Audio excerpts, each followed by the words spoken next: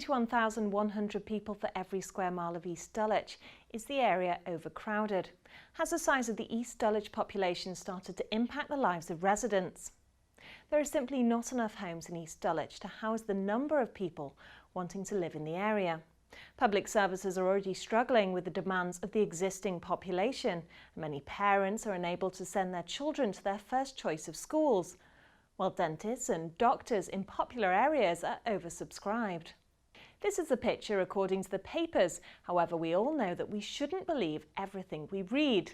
So let's take a look at the numbers. To start with, the UK has roughly 1,065 people per square mile, the second highest in Europe. The total area of East Dulwich itself is 1,405 square miles, and there are 29,738 East Dulwich residents, meaning that 21,100 people live in each square mile of East Dulwich. So it's hardly surprising there's barely room to move. That said, it should be noted that a square mile is a large area, and therefore these numbers have the potential to sound more dramatic than they actually are. In East Dulwich, only 30.15 people live on every acre, which in reality isn't too drastic. However, this does not mean that the wider issue of a chronic shortage of homes has gone away. The inescapable truth is we need more homes in the UK, whether they're built or created from existing housing stock. The Blair government established a target of 240,000 new homes in order to keep pace with the growth in population. The Tories introduced a new target in 2010 of a more modest 200,000 homes a year. 42,000 of this total is for London. Since 2010 in the UK, we've only been achieving numbers of between 140,000 and 150,000 houses a year. The burning question is, where will these new homes be built?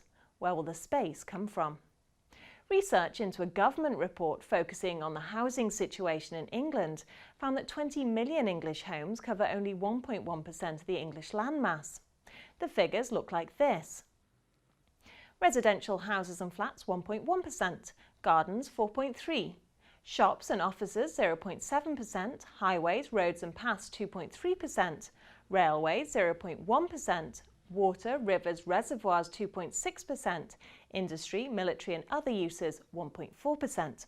This leaves 88.5% as countryside.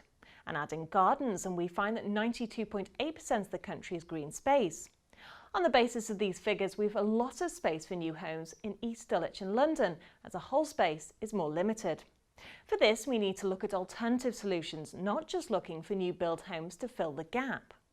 For every home built in London, there are 130 existing, 30 of which have 2 or more empty bedrooms.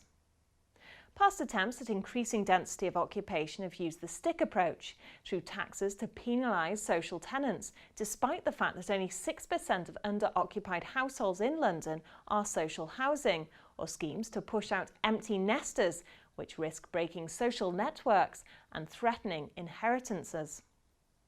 Indeed, 5 million homes need to be built over the next 20 years, meaning that we need some clever planning and collaborative thinking on the part of local councils and other interested parties when it comes to the question of how we're going to build enough new homes for our children over the next 50 years.